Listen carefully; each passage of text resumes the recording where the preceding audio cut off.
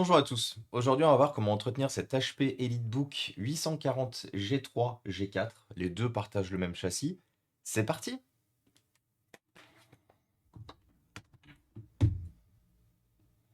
Pour démonter cet ordinateur, vous avez de nombreuses vis cachées sous tout un tas de patins que vous pouvez retrouver tout le long de la machine. Donc ce sont des patins en caoutchouc. Vous avez aussi une vis cachée sous le cache du lecteur de carte SD. Donc il va falloir enlever chacun des patins, enlever toutes les vis et on pourra du coup enlever le dessous de la machine. À noter que ces patins sont la plupart du temps encore double facés sur les vis, donc il faudra malheureusement un peu de persuasion pour le faire. Vous pouvez utiliser par exemple l'embout d'une pince fine pour aller au fond et le retirer.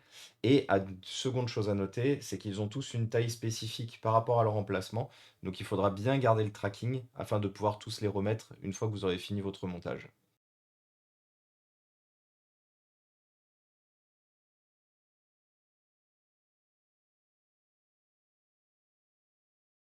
Alors, une fois toute votre vis enlevée, vous pouvez prendre votre meilleur médiator, glisser entre la partie haute qui va rester sur la machine et le dessous, et ainsi libérer tous les clips. Faire ça tout le long ou tout simplement, voilà, comme dans notre cas présent, ça a été assez simple. La machine est venue toute seule. Ensuite, comme d'habitude, la première chose à faire, on enlève la batterie, le plus important. La première chose à faire avant toute intervention dans un ordinateur. Voilà. On va ensuite venir débrancher les petites antennes de la carte Wi-Fi, enlever la carte Wi-Fi, parce qu'il va falloir enlever les antennes aussi bien de la carte Wi-Fi que de la carte 4G, bon, carte 4G qui n'est pas présente sur ce modèle, pour pouvoir démonter donc le châssis de la machine afin de pouvoir enlever le système de refroidissement. Donc vous avez hop,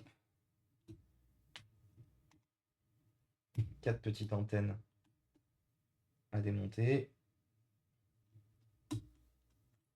du scotch positionné ici, à soulever, et voilà, nos antennes sont libres. Une fois ceci fait, vous allez pouvoir retirer les vis qui retiennent cette partie grise du châssis, donc grise ici, noire ici peinte, sur lesquelles vous avez, comme vous le voyez, 3 vis ici. Attention, vous avez 4 vis spécifiques, 1, 2, 3 et 4, qui sont longues et fines, et vous pouvez laisser les 2 vis que vous voyez là sur le touchpad, et vous avez 1, 2, 3, 4 vis, les 4 vis que vous voyez là, qui sont courtes et qui ont une grosse tête.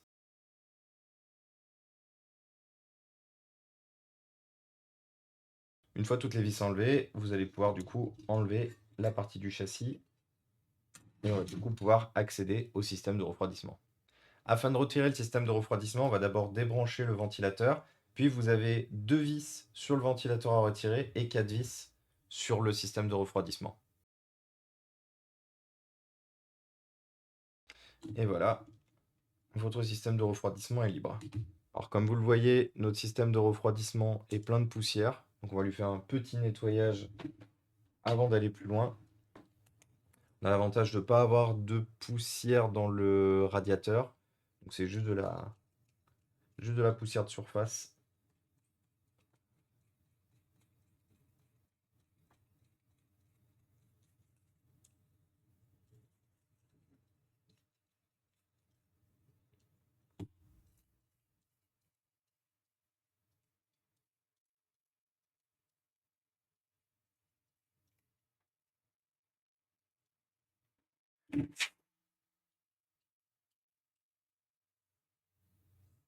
Et voilà.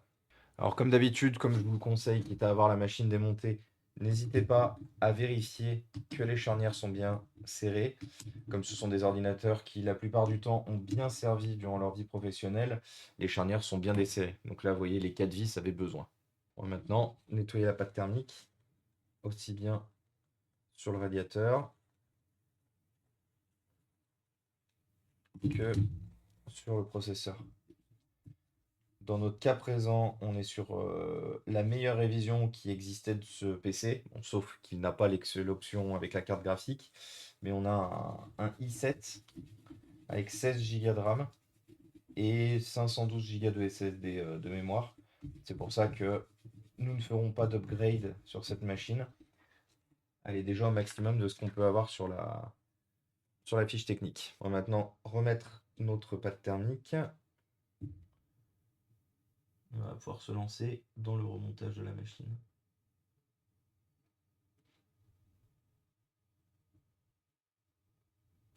Comme d'habitude, on est sur un processeur à nu, donc on étale bien comme il faut la pâte thermique pour éviter qu'il y ait des zones où il n'y en ait pas. On remonte le système de refroidissement.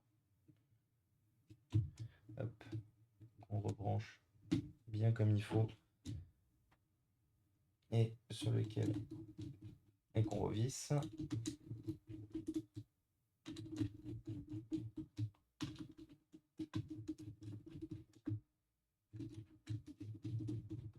Voilà. On va ensuite remettre la partie grise du châssis intermédiaire. Bien faire attention à ce que les antennes ne soient pas coincées en dessous.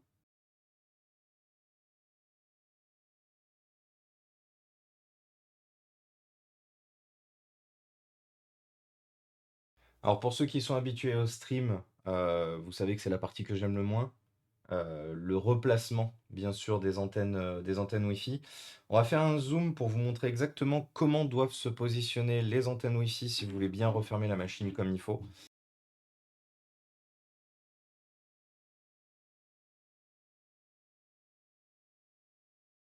Maintenant que nos antennes sont repositionnées, on va pouvoir remettre la carte Wi-Fi.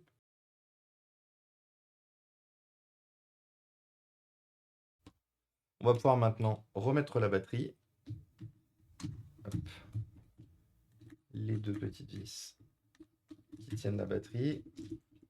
Une et deux. On va pouvoir ensuite remettre le dessous de la machine.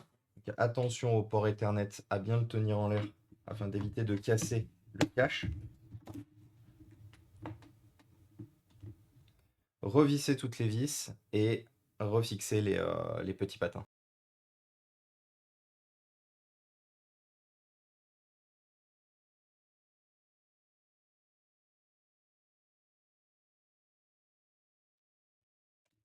Et voilà, votre petit HP EliteBook 840 G3 G4 est maintenant terminé et prêt pour de nombreuses années encore d'utilisation. Merci à tous d'avoir suivi le tutoriel. Si vous avez des questions, comme d'habitude, on se retrouve dans les commentaires ou sur Discord.